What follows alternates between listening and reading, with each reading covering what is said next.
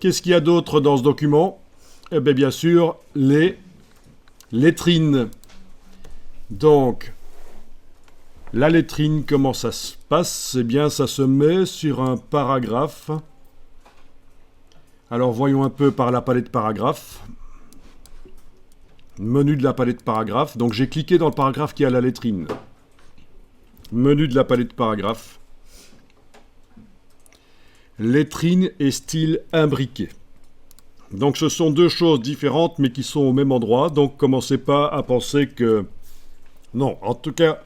il faut quand même que je dise que ça peut quand même être complémentaire à un certain moment. Si on veut que la lettrine prenne une couleur différente, on imbriquera. Il y a des solutions.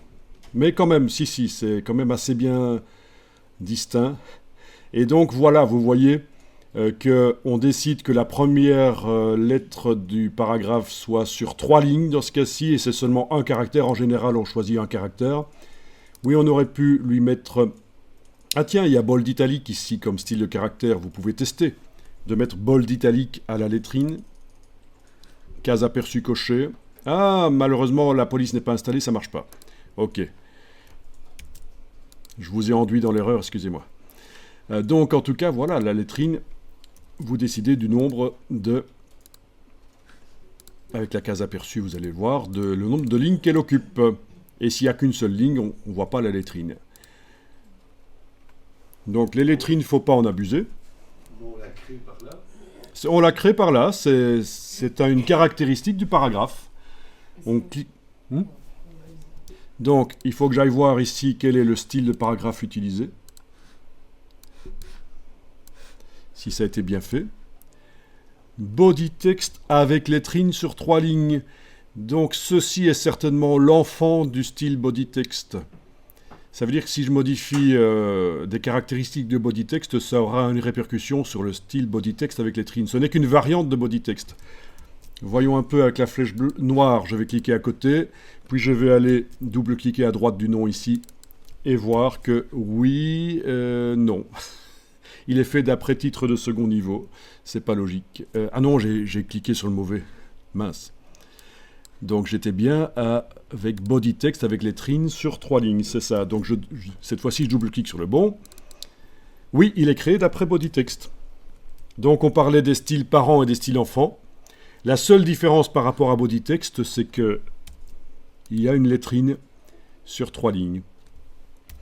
La preuve, si je vais modifier body text, notamment l'espacement entre les caractères, parce qu'ils me paraissent un peu serrés, je vais peut-être aérer un peu ça.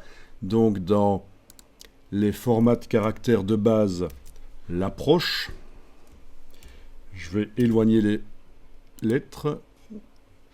Ben voilà, ça se voit. Tout le body text se modifie, y compris body text avec lettrines, qui est le style enfant. Donc c'est l'occasion de rappeler le système des styles parents et enfants, l'intérêt. Si on modifie le parent, les enfants se modifient. Si on modifie l'enfant, ça ne modifie pas le parent. Alors c'est mieux de... L'autre solution, c'est donc de mettre dans un bloc texte un caractère.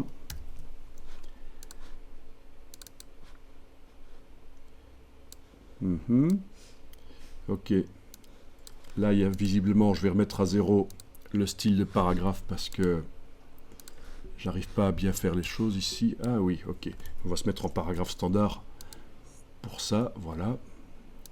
Donc, mettre dans un bloc un caractère ou l'image d'un caractère qu'on a été faire dans Photoshop ou dans Illustrator. Voilà, et de le mettre en habillage quand je le superpose au début d'un paragraphe. Je vais le faire ici.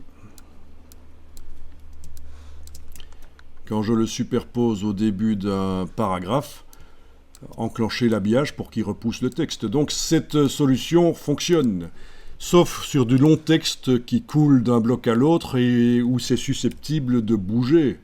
La lettrine, elle, ne bougera pas. La lettrine dans le bloc là ne bougera pas. c'est problématique. À moins qu'on l'ait ancré, en tant qu'objet ancré peut-être. Oui, mais donc voilà, si le texte là ne va plus bouger, qu'on ne modifie pas des mots avant ou des paragraphes, ça peut être une solution. Mais l'avantage de cette technique, c'est surtout qu'on peut importer une vraie lettrine amusante qui a été faite dans Illustrator ou Photoshop, donc des lettrines plus sympas. Si je tape lettrines avec 2 T, je vais tomber sur des lettrines moyenâgeuses. Ouais, voilà, des lettrines moyenâgeuses faites au pinceau.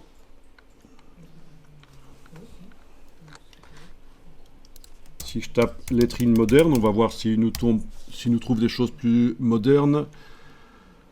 Ah oui, il y a des lettrines, des livres du 19e, 18e siècle, ce genre de choses. Non, ça c'est plutôt art déco en fait. Ça c'est début du 20e. Voilà. Bon, voilà par exemple une lettrine à l'ancienne, mais qui a subi un traitement simili 3D dans Photoshop. Voilà, ce genre de choses peut être intéressant, très créatif.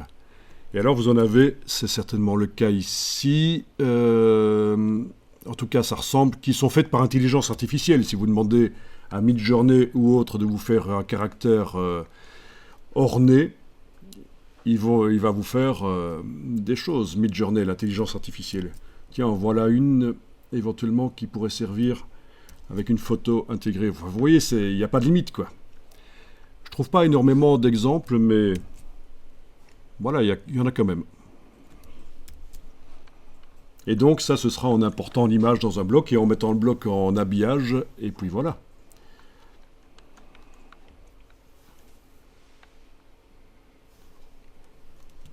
Donc les lettrines, c'est assez fantaisie, il ne faut pas en abuser, c'est pour les documents qui sont vraiment de type ludique, loisir. On ne va pas mettre des lettrines dans un rapport d'entreprise, par exemple, hein, évidemment.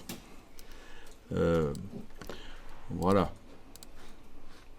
Et alors, on peut avoir en début d'article une lettrine grande et dans différentes parties de l'article du magazine, là où on change de sujet, où il y a une articulation dans la pensée, on peut mettre des plus petites lettrines. Et techniquement, il est possible de faire un parentage de lettrines. Que quand on modifie la grande lettrine, les petites se modifient, elles restent petites, mais la couleur se modifie, le caractère se modifie. Ou inversement, quand on modifie la petite, la grande se modifie. Mais ça, j'ai des explications en vidéo. Et alors, techniquement, les lettrines, pas celle d'en bas parce qu'elle est dans un bloc flottant, on peut la positionner où on veut. Mais techniquement, les lettrines insérées par la méthode, donc menu de la palette, paragraphe, lettrine et style imbriqué, on ne peut pas la faire déborder par le haut du bloc, ni par la gauche du bloc. Elle est coincée en haut à gauche du bloc, du paragraphe. Voilà, du paragraphe, c'est ça que j'aurais dû dire. On ne peut pas la faire déborder par le haut du paragraphe ou par la droite, mais il y a un hack. Souvent, vous avez dans InDesign des hacks, c'est-à-dire des utilisateurs qui trouvent des solutions, et c'est expliqué dans la vidéo que je vais vous montrer, qui parle des lettrines. Donc si ça vous intéresse d'en savoir plus sur les lettrines, vous allez voir cette petite vidéo que j'ai faite, qui dure combien de temps? Mince, 3h06 quand même. Mais ça ne parle pas que des lettrines. Ça ne parle pas que des lettrines. Et donc comment faire des lettrines justement qui débordent comme ça par la gauche et le haut. Comment faire des parentages de lettrines. Voilà. Mais 3h06, ça ne parle pas que des lettrines. Il y a... Vous savez comment je suis, hein, j'amène des sujets connexes, complémentaires. Mais donc voilà comment il s'appelle. Elle s'appelle cette vidéo. Comment réaliser des lettrines complexes dans Adobe InDesign. Voilà, et puis il y a mon nom, donc En tapant lettrine complexe et mon nom, vous allez tomber sur la vidéo sans problème sur YouTube. C'est pour les passionnés de InDesign. Hein. Je m'imagine que tout le monde n'est pas passionné des lettrines.